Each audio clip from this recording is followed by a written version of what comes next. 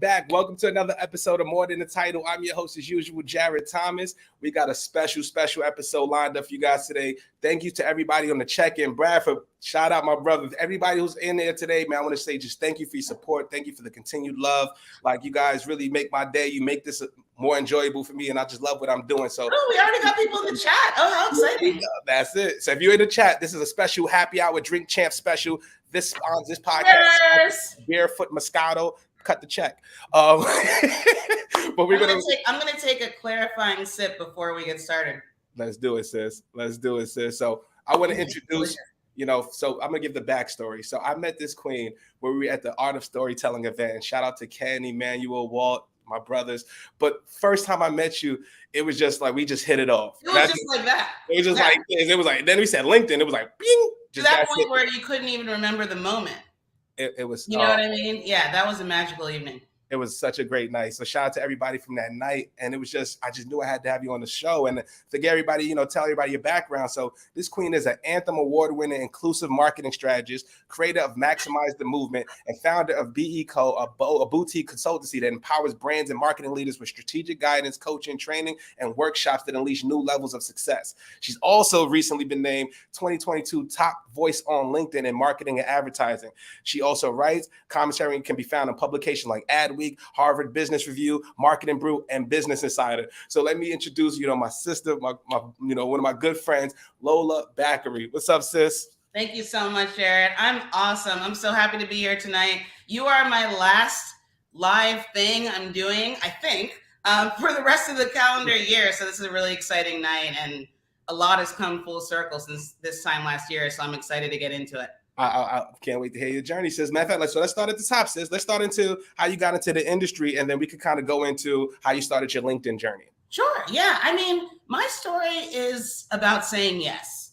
So that's what really, and it's always been about that since the very beginning, but that's what led me to even start a career in marketing. So I'm in Philadelphia right now. I recently moved back, but I was here from the years of, when did I start undergrad? 2002 to 2006.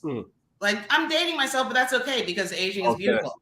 And I was an English major. I was involved in all kinds of different organizations. I was, someone who liked to know everybody around campus, always been very social, but I didn't really have a career-driven vision for what I was going to do after school. Yeah. And then one of my friends, Alpha, if she's watching, hi, Alpha, I always credit her for this moment. She said, what are we going to do next year for work? She's a history major, I believe. And I said, I don't know, move to New York and do something fabulous. And I don't know, we'll figure it out. Well, we have all these companies come to campus for the Wharton undergrads. Maybe we should just go to some presentations, learn about all the jobs that are coming to hire us and whatever. So I said, sure. I mean, why not? She told me they have cocktails. So I said, sure, I'll go to a presentation. And that was where I met the PepsiCo, at that time it was called PepsiCo QTG, marketing team, and just fell in love with the idea of brand management during that presentation. It was amazing. I said yes to myself. I'd never taken a marketing class, competing with students at Wharton who'd studied marketing for years for this one job. And I was just lucky enough to be the one that got it. So that was the beginning of the journey. And I started as a marketing associate on the Gatorade brand right after undergrad in Chicago. Oh, man. First of all, shout out to your friend again for saying to go to that, amazing. Right? That one decision changed the course of your life, right? And 100%. Then to be going against Wharton Business School graduates, right? That's the creme de la creme of what they say, right? And you came in there, no background, no marketing background, and said, I'm going to do it, but you wanted it that badly. Yes. It happened. And for anybody listening who's in that moment of should I apply to that thing that maybe I'm not qualified for? It wasn't that I just walked in cold. So this is the part people don't talk about as much. Those 2 days before the interview, it was everybody I know who's ever taken a marketing class, I'm going to talk to you. And I learned the 5 Ps, and I just did a crash course on all of these things. So I had enough knowledge and background to talk about it, and I studied the company. That was key. That's where you won. For a fact, I knew more about the company than anyone else who interviewed. That's the win right there. That's sales 101. Know your audience. Know your audience. Know who you're speaking to. So what was that like? So you got the position. It was amazing. It was amazing because there are few marketing associate positions. At least I don't know how it is now, but at that time, and you trained with the MBA hires. So in my training class, I was surrounded by people who just done their MBA, and so I mean, not only was I learning, there was an article yesterday about how PepsiCo is one of the best training grounds for marketing. Not only was I trained there, I was also apprenticed by the people I was surrounded by, who are now, many of them are CMOs, top CMOs.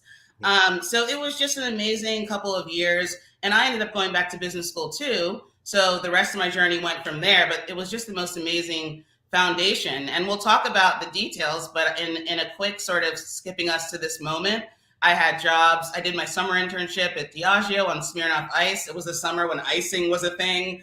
And then I went to Dell, did various jobs there. One little thing, feather in my cap, I'll say at Dell, I got promoted in my first 3 months as an MBA hire. A number of us, they sort of fast-tracked, which was really cool, and had a great experience. Did my first chief of staff role for Lauren Kelly, my mentor to this day. And then that was where I started to learn, you're kind of good at being the whisper in your ear person. You're kind of good at giving advice. And you're kind of a little bit better at that than maybe being the person you're giving the advice to.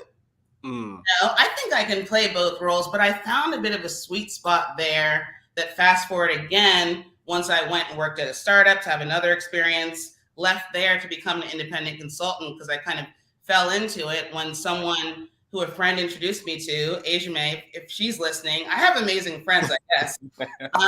She said, "Well, you talk to my friend who just got some investor money from one of the incubators. I think it was Dream It, and he needs marketing advice. So can you talk to him?" And I was kind of like, "Ugh, hate taking these calls, like fine." And we had a great conversation. And then he was like, "Well, I'll pay you X amount a month if I can call you a couple times a month and get your advice on marketing." And I was like, You'll what? Light bulb, bro. Yeah, light bulb. Light bulb. I was like, so if I can arrange a couple other of these type of situations, I will. And I was miserable in my job. And we can talk about that later. That part. But I can get out of this situation and I can work for myself and I can just see how it goes. So that was the beginning of everything. And I won't mention the name of the company because they're very private, but I got into a anchor client relationship with the client that I'm with to this day. That has really enabled me to really live this dream of working for myself. And then that led to me deciding to start creating because I needed an outlet of expression beyond just work. So that was really how it all went. I love that. First of all, toast to you, sis, for betting on yourself, right? And that's what it's going to be. This is going to be a lot that happens, as we see these layoffs occur. And I'm in that same boat, sis, right now, right? So I'm at a point right now in my career where I was like, I played the game to perfection. I've won, I've lost, I've made millions for them. I've done this, I've done that. And now I have to actually try to prove myself. And to all these recruiters, the recruiters are 25 years old, 30 years old. I'm like, yeah, we generated millions of impressions. I got these relationships. I've ended up closing 2 million without a cold call. And it's like, well, do you know how to prospect? Like, what the hell are you talking about? That. Yeah. It's really challenging to sell yourself. Especially when you're in a moment of feeling vulnerable. I know a lot of people watching are probably in that moment. It's like, I need to secure myself for the next whatever it is. So I'm applying to jobs, but it's not like there isn't a sense of urgency. And it's a really tough position to be in. And it's why I'm glad that we have, these communities that we have on LinkedIn and elsewhere where we can really support each other, because that's the thing I'm most worried about right now is everyone's mental health, honestly. It's a big thing right now. It's huge, right? Like, so not everybody is fortunate. Like for me personally, like thank God I'm fortunate to have been successful in certain areas where I could be like, look, I'm going to bet on myself. I'm going to put X amount of money into this. I can still hold up my overhead and all this other stuff, but not everybody's in that position. What do those people do? And they got to sit there and continuously play the game. And then right now you've got Meta, you've got these people, you've got Twitter, you've got all these different companies that are big name that are going to the front of the line. And that's just what it is. Yeah. And so I feel bad for the people that I worked with, like that was in my, first opportunity in tech. How do they get back in tech when it's somebody who was at Meta for 20 years that's actually fighting for that same role they're fighting for? Well, and I mean, that's why, like, we decided, everybody watching, yeah, Jared and I decided that we're going to get into it for real and say what we really think about some of the conversations going on right now. So, disclaimer is that Yeah, I understand it's important to advocate for anybody who's been laid off from anywhere. absolutely. But what I'm not a huge fan of is the narrative that these are the best and the brightest. Like, sit them to the front of the line. I think that approach has a lot of empathy for those individuals, but I think it lacks a lot of empathy for individuals who have been trying to get their foot in the door. And I'm not a recruiter. I know their jobs are very difficult. I'm hoping that people are intentionally making sure they still pay attention to those who have been in the job market for a long time and may not have the sort of, and I want to call it a golden ticket because it's not. I have a lot of empathy for that situation, but who don't necessarily have the backing of being on a list from Meta, validating you as a strong performer. Absolutely, sis. I want to echo your sentiments, right? Because I feel empathetic to anybody who lost their job. Like, if you're at Meta, your overhead is probably even more than the average person, right? So you're probably feeling a crunch that's even different. Good way to put it, overhead. Right, let's just keep it real. You know what I mean? Because you're making, more than market average for your wage and all that other stuff, right? But I know people that are fighting and clawing. Like, people I talked to that got, single moms, 2 kids. It's like, yo, I just got my first shot at the tech. I was only at the shop this company for 3 months, right? How do you sell that? Well, and what do we know about interviewing? 90% of it is the vibe you're in on that day. That's right. So so it's a vicious cycle when you're feeling that vulnerability and anxiety, because you're going to go in an interview and that's all that's going to come through. Exactly. But how do you do that when your back's against the wall? Exactly. Right? You know what I mean? When your back's against the wall and it's like, I need this. I need something to happen in the next 3 weeks or things will be really difficult for me, right? And that's going to show in your conversation.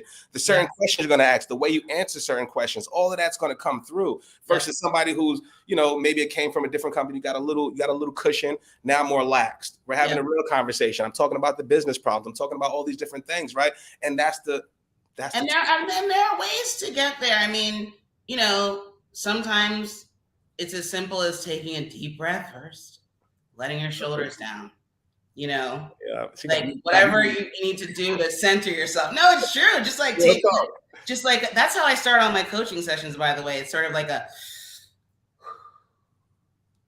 okay, now let's start talking, So just figuring out how you calm down. That's what I wish for people. And then, I'll echo my friend Kayla Matthews, and now Okame, who created, she was actually the first podcast interview I ever did, maybe in like 2014 or something. And she has this wonderful empire called Side Hustle Pro. And her whole thesis is that you can start your business, you can become a consultant, whatever it is you want to create on your own, you can do it while you still have the security of your full-time job.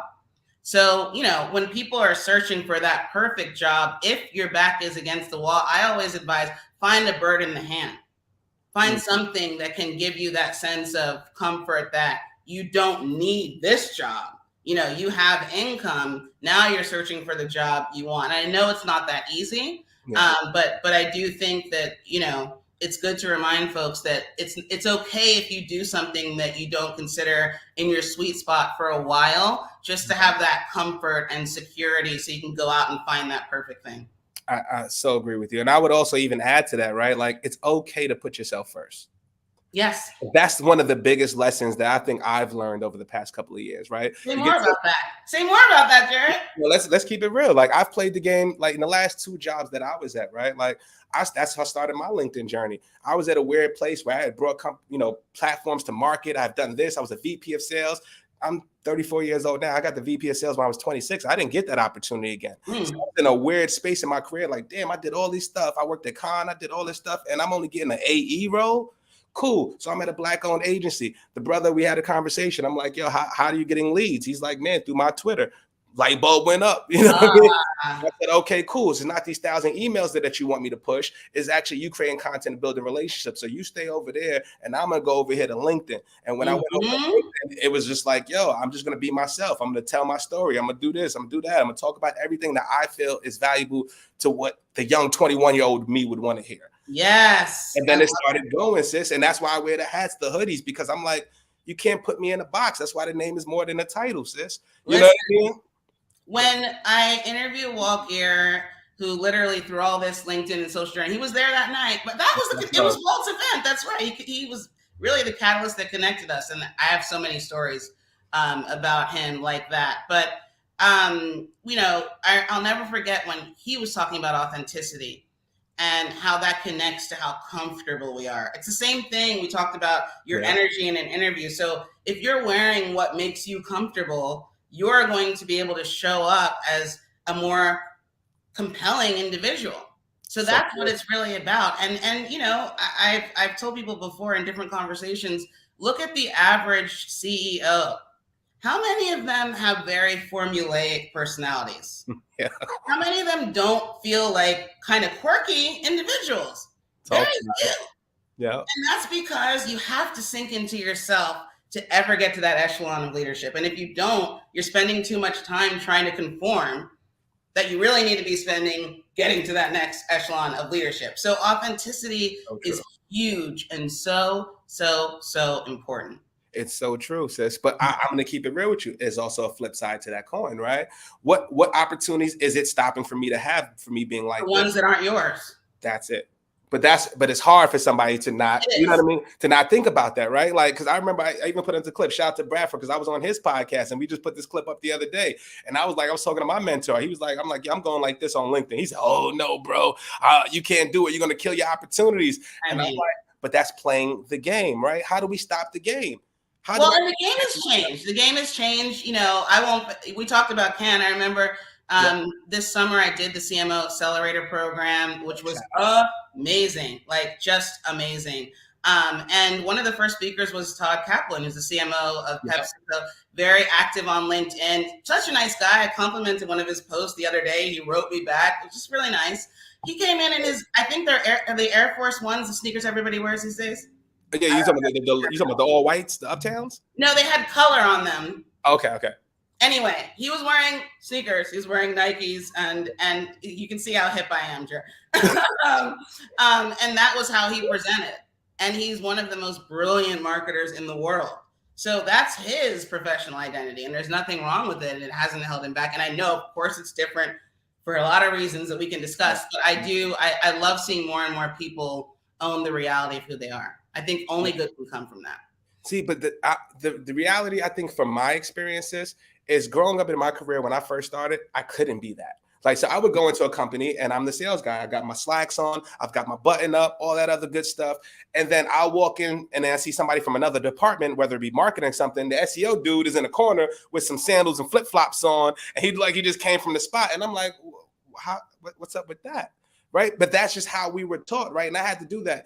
And all the way up until when it took a black man who was the founder of the agency I was at to say, you know what, Jay, if they're not going to do business with you like this, they're not going to do business with you anyway. Why are you focusing on it? And that was the realest thing he ever told me. And from that moment, it was game over. Right. So I was at a small organization. I'm like, all right, cool. It makes sense because there's 15 of us. I could be myself. But let me see how it translates into a bigger organization. When I got to the bigger organization, sis, I showed up like this. I asked them specifically on the interview, yo, can I show up like this? Can I do my podcast? Can I do this? I want to interview this. I want to do this. I want to make impact. I want to do all these things. They're like, yo, we want you for you. Signed up. I could have been at Google, LinkedIn, a few different places, and I chose this organization.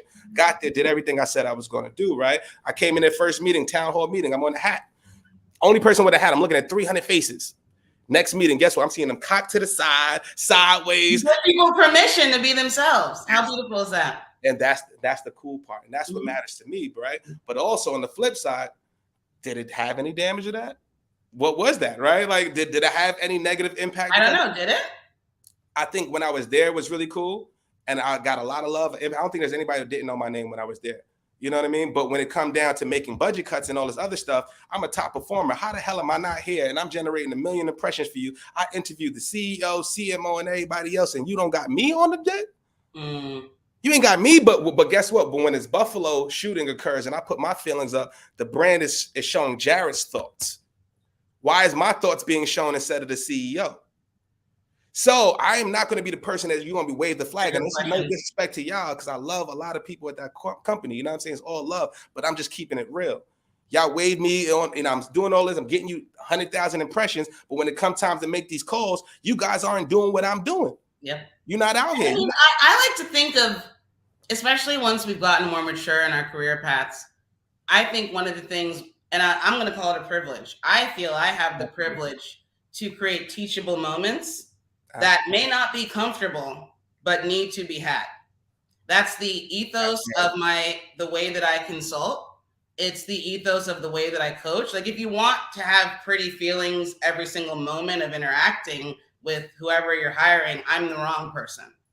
Because to me, discomfort is the path to greatness a lot of the time. So telling people how it really is, when you did that, here's what the optics were, and you were welcoming my voice then and not now, why? Being willing to have those conversations when you feel you're able to, which I do, for better or for worse, I think can create a lot of change. And the more of us who do it, the more people give themselves permission to. You know, Jared, I'll tell you, the most rewarding thing about doing more on LinkedIn are the moments when I hear from someone who says, and it happens all the time, you know, I was kind of hesitating on whether I wanted to put my voice out, and I saw you, and now I'm going to do it. Love that. Love when that happens. That's and I mean, there are people who did that for me. I'll take you back. When I first decided that, you know, I needed to express, it was around the time when COVID hit. It was the months before that even a couple of my friends and peer mentors had been talking to me. Lola, where's your website? You've been a consultant for 5 years now. You don't have a website. You don't have a presence. What is your brand? Like, who are you beyond who hires you? And, you know, I started to really, and then it became this weekend, I'm going to create my website. Okay, no. Next weekend, I'm going to create my website. No. Next weekend, I'm going to, and that just continued until my friend Stefan was like, look, Lola, you need a coach, you need a program, you need something. And when I allowed myself to do that, incidentally, right when I had started, COVID hit. Time to reflect. Crazy. More time to really think about who we were. George Floyd was murdered. Time to face some uncomfortable truths that we always knew about, but because everyone's sitting at home, now they're on the news. Got time, got time. Right? And so that was the moment where I started paying attention to who was talking on LinkedIn. And it was people like Madison. And it was people like Liz Leba. And it was people who were unapologetically saying the thing. To the point where in the beginning, I was a little triggered by, how does she think she can say that? She supposed to say that? I don't know if she should say that.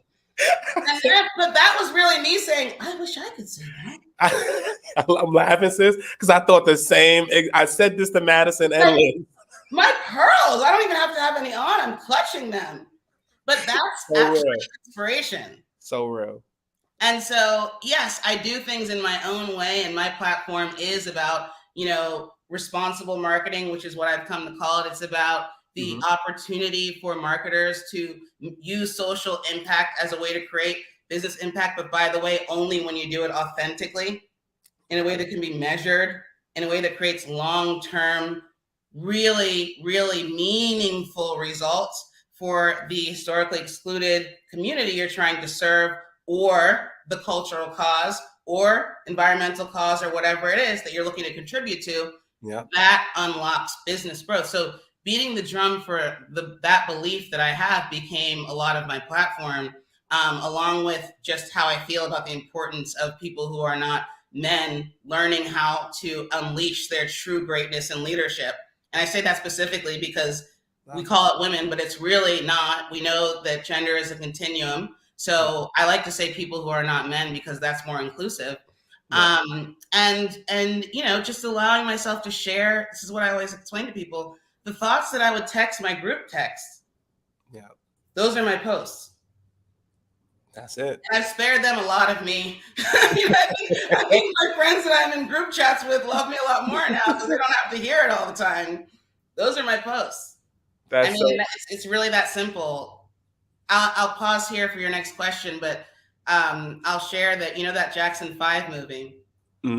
You said the American Dream? Michael's like, I have so many songs and I just need to get them out. That's where I was. And now they're coming out. Songs are coming out.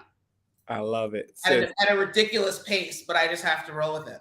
So I'm curious, you know what I call it? I call it the LinkedIn bug. And you know what's crazy? When me and you actually started at the same time, and you know, it was Madison that actually got me to like, I'm like, I see a blue hair sister talking that talk. And I'm like, wow. And also really talking it. Talking that talk. I'm like, holy crap. And I'm like, and I also she has a job. And was doing it.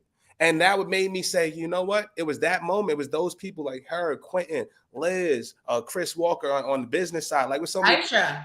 Not so many. I started a little bit with Aisha on LinkedIn before I realized what she was really doing. Yeah. Yeah. That's what it's about. And that's what gave us the confidence. So I'm curious for you. Like my moment was, I had to just stop talking about SEO, content, business related stuff. It was, hey, I'm Jared, 20 years old, working in Dallas BBQs and Starbucks. I had my first kid on the way. Yo, how did I sneak into tech? I was on Indeed and all it. And I showed my process and what happened, how I got into tech. And that took off. People from all over the world, like, yo, I love your story. Yo, I resonate with you. I love what you stand for and what you represent. And that's when the LinkedIn bug hit me. And I'm like, nah, this is real. This is what's going on. So what was that moment for you, sis? When you started your journey, it was like, whoa, this has legs. Yeah. I mean, there were a few. I think in the beginning, it was productizing sort of the different things I wanted to talk about off of LinkedIn. That coaching journey had a lot to do with it. I created Maximize the Movement, which, as you know, is the original workshop for inclusive marketing strategy that has turned into this book and, you know, other thing that I'm calling responsible marketing. And so just having that thing that I was so proud of to talk about, that I believed in so much and that applied to so many conversations that were ongoing, that fueled me to allow myself to speak. But the first year, it was a little slow. Like I was doing lives and I did a webinar on Maximize the Movement, but I was still editing myself. Like I was still almost writing it about it in like textbook form. Yes. It wasn't really me yet. And I'll tell you the exact moment. I mean, there are a lot of different things that contributed, but Trish Lindo, who's my amazing creator manager over at LinkedIn, she, you know, invited me to have my first, like, let's talk about your strategy call or whatever that I guess the creator managers do. It was probably a 25-minute call. And somehow in that call, she loosened something in my brain that was holding me back from just letting it out. And she also convinced me that each post didn't need to be a textbook. I could simply share one of my thoughts at a time. Yeah, so true. Good advice. And that, I mean, you can see if I look at the data, it's like the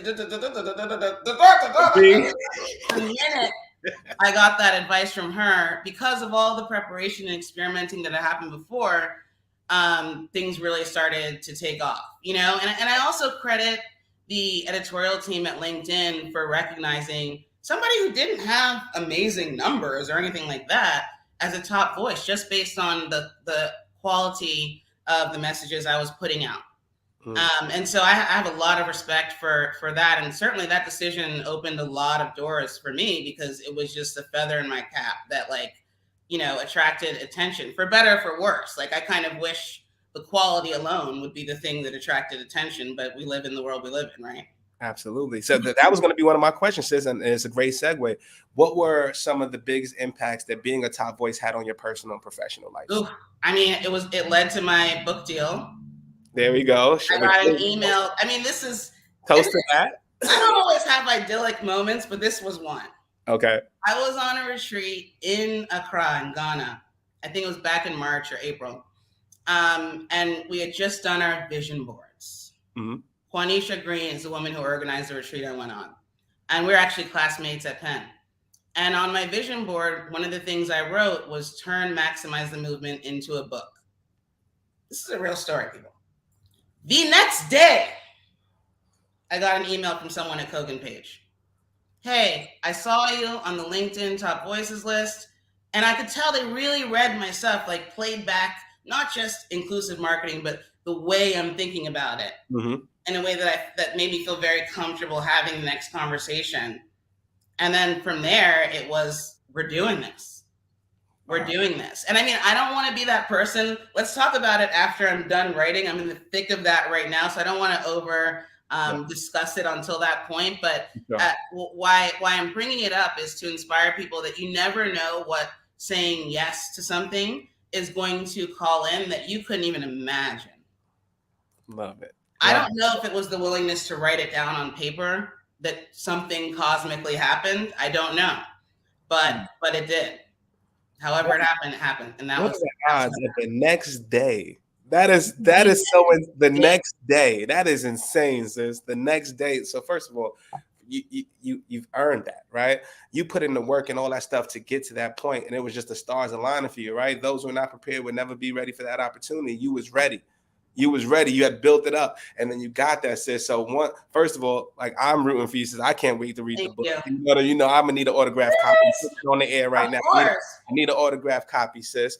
So like, and then once you did that, I can tell you can order it on Amazon. We haven't solidified the cover yet, but so there's no picture, but you can order it. So it's like it's actually happening. It's kind of crazy. You tell me when. Give me the link. Please put the link in the chat too, sis, just so anybody who's. If you don't mind, you know what I mean? I mean, of course I don't mind. I don't mind. I need everybody to support and do all of that. So once you got that on the top voice, so what is that process like, sis? Because I'm not gonna lie, like one big discussion that was happening on the conversation about should LinkedIn be paying creators was the process of how they select their creators and the top voices and all those things, right? Like I've always wondered what goes into that, right? Like so for me, I don't know. Yeah, so like from my experience, I'll be real with you, sis. Like I'm in a creator program right now. You are? Okay, that's amazing. Sis, so you got some sort of a grant, right? No. Oh, okay. Not. That's. So what is the creator when you say creator program? Is that like you have a creator manager? No, I don't have anybody, sis. I am on the creator program then that you're in. But that's what I'm trying to say. So I got somebody. So shout out to Jessie. Jessie, I had a conversation with this young lady, Jessie Grossman. Shout out to her. We have a conversation. She's like, "Yo, I'm part of the LinkedIn program, and you got more followers than me. You got a crazy this and that, and you got great content. You need to be in touch with this person. Put me in touch with somebody from LinkedIn. I have a conversation with them." I see what you're saying. Okay. He's like, "Yo, I love your shit. I love what you're doing, bro. So let me add you into the program and da da da." He just did something on the back end. Next thing you know, I'm getting emails talking about what's going to be the trending topics and what I should be posting. I see. Yeah. So we both get those. Hold on, I'm going to pop the link in the chat like you said, and that's there. I think that's there now. Okay, now let's get into this. Yes. So what is that? So if that was my experience, I wonder how many times was that replicated, right? Was it somebody actually dedicated to me? That was somebody who was just, if somebody could just say, "Hey, I'm just add you to the email list." What is the real value of being? And let me take you where I think this needs to go. Okay, cool. It's not over. And I will tell you that one of the things people who haven't been on the receiving end of my self-advocacy, some might call it even squeaky wheel level self-advocacy, don't know is that, yes, I just talked about a few things that were attracted and called in. Oh, I do a lot of outreach. I do a lot of, why don't I have that? I do a lot of, why don't I have that? I should have that. Why don't I have that? And I will ask the question. And I will ask very politely who I need to talk to. And I wish, things came to everyone without having to do that. But I will say, and here's the empathy I have because I know a lot of amazing people who work at LinkedIn. I think LinkedIn is creating economic value at a level that none of us are really acknowledging. Like if I think about, I have more than 10 examples of actual, LinkedIn was the pathway that a dream came true, including the book, including my job at the Daily Dot. I applied on LinkedIn. Yep. So all of these things. Now, is everything a perfectly well-oiled machine yet? No, because it's still sort of a middle-aged startup. And I'm not defending things that don't go right, because and they can tell you, people that I've spoken with, I'm always the one to say, here's what I don't agree with about the thing that just happened. But I will also call it out in a way that's, so how can I get that resource? And honestly, that was how I became acquainted with Trish. It wasn't like that just happened. I'm remembering it wasn't like, wait a minute, I've heard some people have creator managers. I would love one of those. And then the meeting happened. So being willing to, and it doesn't always lead to a yes, But I think for everybody listening, you know, and even for you, asking for the thing you want, and if it doesn't happen, asking the next person, and if it doesn't happen, asking the next person, is usually how I get things done. That's real.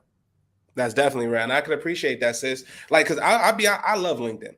I scream it to the mountaintops. You know what I'm saying? Like, it changed my life. It changed my confidence. It changed a lot of things about me, even my career. Like, I'm a dude from the Bronx in a 2-bedroom apartment, and I'm talking to people like the CEO of Revolt, the CEO of this, and 16 handles. All right, we're going to get bigger. Yeah, but and that's love, sis, and that wouldn't have happened without the platform and without me being there. So I love it, and I want other people to experience what I experienced. Yeah. But I also want it to be like, I don't want anything handed out to me, but like, what's up? Like, have a creative manager. Like, I went from 3 to 17K. I know I'm not like the big or anything like that, but like, yo, I'm actually doing something. Dollars and I have. Yeah, I have no sis. I'm doing it all by myself, and which is cool. I don't mind it. But what other resources should we have, and why are we not getting compensated? So I would love to go into that. But I also agree that all of us, they're getting their money. So anybody listening, LinkedIn makes their money through ad revenue and keeping people on the platform, just like every other social platform, right? So the more people, you guys remember LinkedIn 10 years ago when it was just somewhere you could just verify if somebody worked at a company and you send a webinar or a blog post, it was the worst, right? Until maybe 5-6 years ago when people started actually creating real content, giving value and all those other things, right? Their market value shot to the moon, right? Now they're a $13 billion company. So if the creators of the one actually creating the platform, and LinkedIn does have great content, they have courses, all that good stuff, but it's the creators that are actually carrying the platform and screaming it and saying, get on here. Why? What do you think, sis? Should they get paid for that service? I mean, in the world that I would create if I was creating the world from scratch, yes. You know, I mean, but that decision would have been made at the very outset. So it would have been thinking about, well, how are we going to put content on this social network, like in the beginning of Facebook days, and then thinking about the people creating that content as the talent. But that budget never got budgeted, and it still worked. And then Twitter, and that budget never got budgeted, and then it still worked. And then Instagram, and that budget never got. So LinkedIn, for better or for worse, is simply following the business model that we've all agreed to. Yep. Yeah. We don't pay for it, so we're the product. Right. My tough love is like, if you want to monetize your voice, do it. Not you necessarily, but people want to. I've seen a lot of people say, I'm now going to my whatever those what's that like newsletter thing that you can charge people? Yep. That's where you're going to get my thoughts, and that's it. And whenever I see something like that and I have the ability to, I will support it, because I think that we have to own our own destiny and decide whether or not giving anything away for free is worth what we get in return. Absolutely. At this moment right now, for me, it is. But does that mean that I don't wish the business models were established differently? I do. I mean, that's the same thing when it comes to unpaid speaking. Like, it's like, there isn't a budget. Like, well, why didn't it get put in the budget? Somebody created the budget. I mean, at one point, you know, I mean, I'll say this. I remember asking that question. I also do a lot on Fishbowl, and they know that I'm always going to say the provocative thing. I created at the urging of one of my friends who's the co-founder, the Women in Marketing Bowl, and that's been a really rewarding place. It's crazy. We have like 1,000 people having conversations. It runs itself at this point. I check in like twice a week and answer some questions, but it runs itself. Right. And I remember saying when they sold to Glassdoor, so now are we going to pay bowl leaders? That's a good question. Well, it's not in the budget. Okay. All right. Well, who made the budget? You know, and so but then I keep, so if at that point, I continue to do the unpaid labor because I make a decision that there's something in it for me, that's on me. Yeah. And I'm going to keep asking the question, but whether or not I engage is on me. Absolutely. See, but I think with LinkedIn and just like all the other platforms, but specifically LinkedIn, there's a whole ecosystem around LinkedIn, right? There's coaches, there's workshop people, there's, talent, there's training, there's all types of stuff that we're doing, right? So I think if I was LinkedIn, if I'm paying $60 for a premium account, right, that really only gives me the benefit to see all of the people who viewed my profile and a few other additional benefits, right? Like, what is it in for me, right? I think we should have once you reach a certain engagement, if you hit a million comments, you hit 1 million views, impressions, or whatever the case may be, that shows that you're a creator, then you need that stamp. You need a blue check. You need something. Give us something to say that I put in the work, right? Because anybody could put in a viral post, put up with their grandmama that was sickly or something like that. They put a picture up of her, and now they got 20,000 views, and they got 2 million impressions, and now they're giving training on how to do LinkedIn well, right? And that's the whole ecosystem. I'm not saying it's right or wrong. I hear you, Janet. Listen, I wouldn't be surprised if in the coming years or months or whatever it is, I'm not an employee. I have no insight into what's happening in the pipeline. But what I do know is that there's no way those conversations aren't happening. And I trust that the people I respect who have control over what happens there are carefully considering this type of feedback. So I think we should keep giving it. And in the meantime, I think that we should figure out how to get hours from this machine, because that's what those people are doing, for better, whether you believe in it or not. And I know for a fact that there are a number of people who would pay you, Jared, for your advice on how to do what you've done, because it really has been fantastic. It's just that whole aspect of putting up a shingle and saying, hey, come by what I got. And I hope to see you do that. No, absolutely, sis. And it's coming OTB Digital. We're going to make the announcement when we're doing it. But sis, I want to ask you another real question, right? Because I don't think people talk about this enough. And you brought up the idea. Has LinkedIn affected with your mental health at all? As far as engagement, what you post? Oh, no.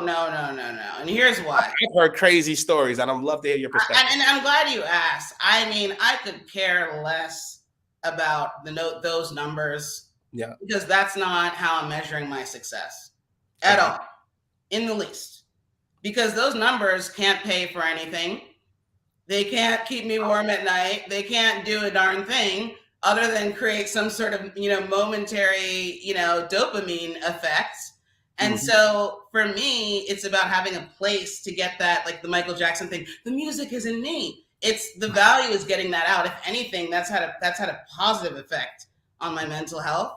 And it's because I'm not chasing numbers at all. I have a bigger goal, which is to connect with people who are in my sort of target audience of senior level marketing executives.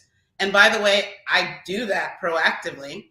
So rewinding to kind of when I was kind of starting all of this, one of the things I did that some people are really surprised at is I typed in Chief Marketing Officer. Connect. Chief Marketing Officer, connect.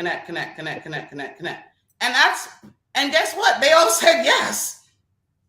Because they love having inspiration. And, I've done marketing roles before. There's some level of credibility there. It's a very low barrier to yes. And so I asked for it. And so being able to have a sort of almost Wikipedia-like index of my thoughts available to those individuals who I want to work with off LinkedIn, that's what it's about for me. That's all it's about. And then you know, that's a clip. I'm letting you know before a time. That's a clip right there because you bodied that. And I want more people to remember that the likes do not mean a damn thing. Nothing. And some people might disagree with me, but I'm willing to have that conversation with them. My good friend Richard Moore talks a lot about this. Anybody who's looking to kind of shift to the mindset I would follow Richard Moore, and he talks brilliantly about this. It's about how you use the connections and engagement or whatever that you get. So you can't even follow up with 20 people in the DMs to try to create some sort of a business relationship. So why do you even want that? A solopreneur, why would you want to have 100 people that you need to follow up with if you don't have the staff to do that? And if you really think about it, the answer is, so I feel loved. Well, you need to go get love somewhere else in the real world because it's not going to be here. You get a cat or something. That's so real, sis, because I say it all the time, impact over metrics, right? In the beginning, I'm not going to lie, because we all want them. I look at the likes and the views are just gives me a bigger opportunity to create more connections. Sure. That's what I care about. Like for me personally, I care about, obviously connecting with the CEO level CMOs because I'm a student of the game. I want to learn and also give what I experience, and maybe they can change how they how they run their business or something like that, or they can see a Jared in their organization like, oh, maybe I'm looking at him differently. But really, I'm talking to the 22-year-old me because I didn't have a Ken, I didn't have a Walt, I didn't have you, sis. So it was just me on an island by myself. I might see you in a conference, and me and you look at each other from across the room. We give each other the you here, you in here, we in here. You remember that? You remember them days? And then oh my God, you reminded me. This is such a random aside, but when I first moved to Austin, Texas. After I graduated from business school in New York, I went to NYU Stern. I lived in the Arboretum, which was a very not that diverse part of Austin, in between downtown and where Dell's offices are in the suburbs. And I remember one day I was driving back to my apartment. I saw another Black woman in my neighborhood. I stopped the car, rolled down the window. I'm like, excuse me, can we be friends? That's we're just drawn to each other, That's the industry. Yeah. That was the industry 10 years. Where are you going with that? Yes, that is the reason to want to sort of, scale the volume of your engagement because it is service. And so that's a lot. That is a valid goal. And sure, certainly that's a goal I have. But is it depressing to me when something I share doesn't achieve that particular goal? No, because I know that the next one will or whatever. You know what I mean? And I think measuring how well our content does as a way of measuring how compelling our ideas are with the people we want to consume them. That's okay. Then that gets interesting. That's useful. Cool. That has some utility, but everything has to have utility to matter. Absolutely, sis. And you're spot on with that, right? I always thought about it. Like when I first started, sis, it was to get sales. Once again, it was like, all right, look, how do I break the sales barrier down and be me in order to drive the people that want to connect with me in order to do business, right? Like I closed 2 million, sis, in a small agency without one email during the pandemic. And that's the only reason I started the podcast. Cheers. Sis, you just talk. That's the only reason I started the podcast. I had my whole pipeline disintegrate. And I was like, yo, look, you doing good on Twitter. I'm doing good on LinkedIn. Let's just get some people that are friends, get them on the thing, and let's build relationships. And maybe they'll throw us a bone to keep the lights on in this place. And it started working. And the next day, we started to love it and boom, boom. And then we got to where we are today, sis. But I look at it, sis, I'm not going to lie. What I do get pissed off on LinkedIn is when somebody takes a similar thought or takes your thought. Oh. And it blows up. I cannot stand that. Don't even get me. Listen, when I first started Maximize the Movement, I know you got it. I know you've had it. You click on the hashtag every now and then and see, how many people are following my little custom hashtag. I click on the hashtag and I'll never forget. I had written about the change from the name of Aunt Jemima to whatever it changed to. And why did I see the exact same post, word for word, including the custom hashtags, lazy, can't even steal properly, from some agency in Colorado. I messaged this guy can you please share my post and attribute my work instead of taking my words and pretending that you're yours? Oh, well, that's how the internet works. Look at that. The level of gaslight. I'm like, are you shitting me? You know what I did? And so I want people to know that if you really care that someone saw your work, you want them to take it down, this is what you do.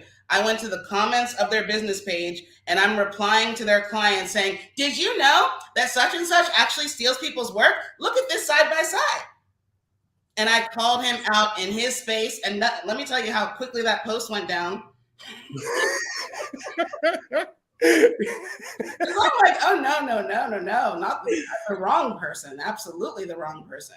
Because it would have been one thing if it was, oh, you know what? I'm so sorry. Let me add your name to it. But you just told me that stealing is how the internet works. And we're not having that. But that's how it is. I've had one of my life that same story I was telling you about when I was 20-year-old in Starbucks and all. Somebody stole that word for word and got more views than me. Well, I mean, I'm like. Let me ask you a question to that. Why does that annoy you? Because the stealing I get, but the fact that it got more views. Why does that? Not the fact that it got more views, but it's just like all right, you got more engagement off of my story. Show me my love. Like, my story is my story. It's unique to me. This is what I've been through. Like, I could have been like, my family's teachers. I could have been in border ed. I'm the one that bet on myself and said, I'm going to tech. I was working 2-3 jobs, all that shit, hustling, all types. It was personal. It hurt. Yeah, it hurt. It's like, yo, this is me. And this is something I didn't want to even put out there because I was like, and then you got up the courage to do it. Yeah. And this one was a little different. It was just sort of like, it wasn't that, oh my goodness, if someone stole the first time I, allowed myself to write about my sister who has special needs, and she's a special person because she's amazing, because she's actually, she's brilliant in a whole nother way than we understand, in our own little sphere of what brilliant means. Hers is on another dimension. But like, I didn't want to write about it because it felt exploitative. Because the whole thing you were saying, like the whole, you can tell when it's being done as like a tactic. Yes. And I just, but then, I found a moment where it was like, this is the story I need to tell right now because it's what's happening. And it's actually very honorable of, what I consider to be her brilliance. So I'm going to go ahead and do it. If somebody would have stolen that post, listen. They're heartbroken. I hope the lens of AI doesn't give my pictures to the FBI, because that there would be something that would go down. That's exactly, you summed it up beautifully. That's exactly how I felt. But it happens day in and day out. There's so much nastiness that goes on LinkedIn. So for everybody who's listening, there's all, like, I know you do it organically, so I'm not even going to ask you, sis. But like, we do our stuff organically. Where me personally, my content process, I have a thought, I put it out. That's it. I don't schedule my posts. I don't do anything. However I feel. If I have a client conversation, I throw it up there. If I do this, I throw it up there. I did something, me and you have to talk, I'm gonna throw a gem that I took out of it and put it up. That's just me, right? But there's people that do pods. There are people that steal content. There are people that are doing all types of stuff to get that view. And what that does, and why I get annoyed, is taking away light from somebody like you, me, or anybody else, Madison, that are actually doing and saying stuff that needs. You know what? Nobody can take my light. They can try. Not take it light. You know what I'm saying? You can. I know what you mean. Like it's not earned. And exactly. So I'm going to channel, because this is funny. The conversation we're having right now feels sometimes like the conversation I have with my mom, who's one of my greatest advisors. And she'll say to me, like, I'll be done. Like, can you believe it? She'll be like, oh, do you want to switch places with them? I'm like, oh, no, I didn't say that. So like, to me, it's sort of like, I have a lot of pity for people who don't have original ideas because they come so easily to me. That must be a very sad way to exist, to always have to be using someone else's ideas and not have your own. I don't know how I would survive. So I feel bad for those people. And I know for a fact that, it can't feel good to have to always be sharing someone else's thing. So, I wish them the best, really. Bless their souls, bless their hearts. What do they say? Bless their hearts, baby. And I'm glad you brought this up because, Liz Hurley and I, Lisa Hurley and I don't know why I said Liz. I was thinking about Liz. You guys have merged into one person for me now. Lisa Hurley and I were talking about this idea, and she called it lazy linking, and I called it content colonization. And so, yes, I look sideways when I start to see if for an entire quarter, if every single post someone who posts a lot did was sharing a thought of someone else, I start to wonder why there's nothing going on in their own head. That's just me. Because I don't, to me, that's kind of like, okay, great, you can amplify, but is that all you can do? Yikes. Yeah. Not a lot of people are not going to like that I just said that, but that's so real. But that's a lesson that we learned in our process, right? Because not everybody's going to be us, right? There's a way to do both. No, there is. Liz is somebody who she will write an essay of original thoughts and combine it with platforming and giving light to someone else's content that in a way that benefits them. That I love to see. No, for sure. But consistently, I just share someone else's tweet with one word. I'm over it. It's lazy. Now, first of all, shout out to Lisa. I love her. First of all, we're supposed to have Lisa on, but we're gonna get on season 3. So I love. Oh yes, she's amazing. I love Lisa. But like you said, you hit the nail on the head, right? Like we have all these creative ideas. We have our original content. Like we're trying so hard. And then anybody who's listening, this shit is not easy. Like it's not like just the commitment. It's like working out. Somebody told me this in a DM the other day. He's like creating content is a lifestyle, and that's exactly what it is. It's like, yo, once you're stuck, it's part of my life. I gotta post something. I'm so used to it now, right? So to see people take their stuff or do all those things like is not needed. You could just be yourself and be dope enough. Have the confidence in yourself that you're that dope. Like that's what it is. Like I've been shitted on my entire career. I've been told I'm not smart enough. I'm not this. I know I've got teams. I've seen other people get promotion. All that. Guess what? I'm still dope, and I'm still gonna be me. Can we cheers to that? And can we cheers to it, sis? And cheers. that same to you, sis. And that's what you gotta have. That confidence. It's not in us. It's not. And it can be hard when another thing that I think it's actually if I go back to one of the training things we did at Pepsi. Yep. There was somebody who came to speak. I've been meaning to look up this book. I have no idea who the author is, but it was called The Little Red Ball. And there was a concept in that book called the lonely work. I'm gonna have to look it up and put it in the chat. And that concept has stuck with me ever since, because as you know, Jared, so much of what you express is a result of the lonely work. And what is that? For me, it's reading. If people knew how much I read every day and have been for my entire life, they would get why there's so many things coming out, because that the inputs have been happening for literal decades. Yeah. And that's one of my greatest joys, but it's also what leads to, and no ideas are fully original. I'm not trying to say everything I've said no one's ever thought, but, I'm not going to like screenshot it, it's coming out of my head. So that preparation of allowing yourself to learn and seeking the knowledge that inspires you and really turns you on is how you get to a point where a lot can come out.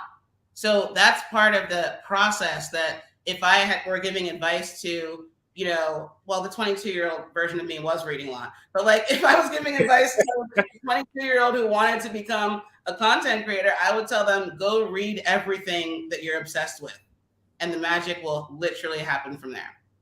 Absolutely. And also, aside from reading and doing those things, look at what's being done right now and try to be creative. When everybody goes right, go left. Or when somebody does go right, ask why. Like that was for me. Like when I first started, absolutely.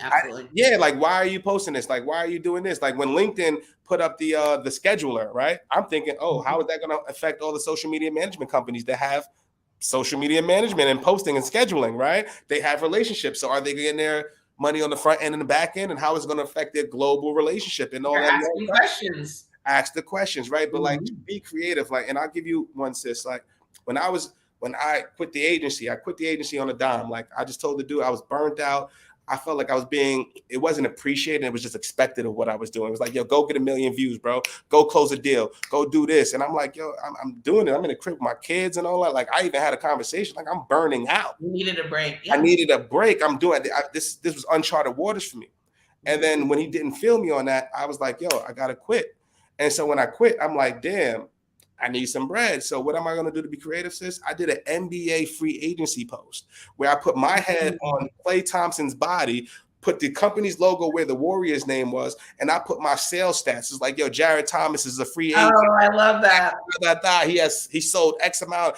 Sources are telling me that he's rejuvenated and looking to make a big contribution, right? And that's how I got the last job I was. Look at that, so creative. You know what I mean? So stuff like that, guys. It could be anything. Yes. Anything. What you remind me of, and we've been going for an hour. We could go for like. Oh yeah, sis, I'm good. But one of the last things I want to share is so in that reading is kind of the theme. I discover so many ideas just allowing myself to read everything, and I picked up this book. These are the years where I was at the Daily Dot in Austin, Texas, called The Social Media Side Door, because as head of marketing there, one of my jobs was also just to make sure that our journalist stories were getting on the radar of whatever we wanted to do to promote and amplify that work and get more readership. So I was thinking a lot about how do you make sure stories are seen? Mm-hmm. And I read this guy, I'll never forget, Ian Greenlee's book, Social Media Side Door. And he talked a lot about that concept that you're describing of, how do you use these new technologies to your advantage, especially in the beginning, to almost sort of create an unfair advantage, to sort of discover a side door for yourself. And what the story you just shared is you creating a side door where one didn't even exist. And that's exactly how people should be thinking. It's one thing to say, let me do what other people are doing successfully, like you said, but the most effective thing to do is, well, what natively makes sense to me that I could do that creates an entirely new way of getting the thing that I want.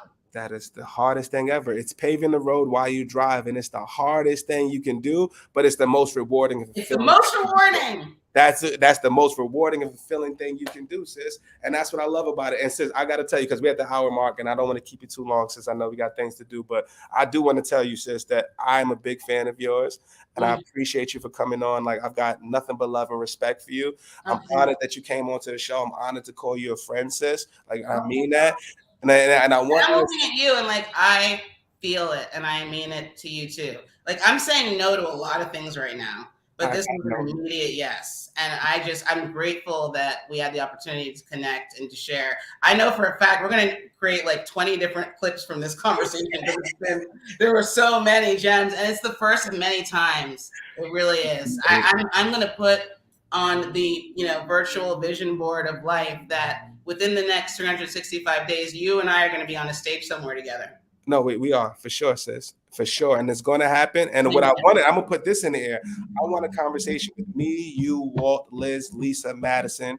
And I want a couple of more people. And I want us, if we get 10 on StreamYard, whatever 10 we decide, and I want us to talk that talk and be honest and really just open a pathway for the younger brothers and sisters that are behind us that are like, yo, I want to break into tech. How do I do this? How can I make this money? And how can I impact? Because that's what I care about. I care about us. I care about how do we open up doors for everybody. Yes. And that's what I want to see for us, sis. So absolutely. I'm so with you. And I'm glad that we started off with the telling of that story of like, yeah, I'm going to compete with the Wharton marketing undergrads for a job, having never studied marketing, because I can. That's it. So literally, the only limitation is access, and that is a big limitation for a lot of us. That's it. So I don't take it lightly that, in a lot of my stories, that hasn't been the thing that has held me back. I see that 100%. People don't know that my parents were the first people in their families to be educated, their generation, not them individually, but their generation. Yeah. Well, on my dad's side, him, but my mom's dad, who later became one of Nigeria's most prominent businessmen, he was born in one of those shanty river things, the shanty towns, like the houses on stilts in Lagos. Yeah, that's where he was born.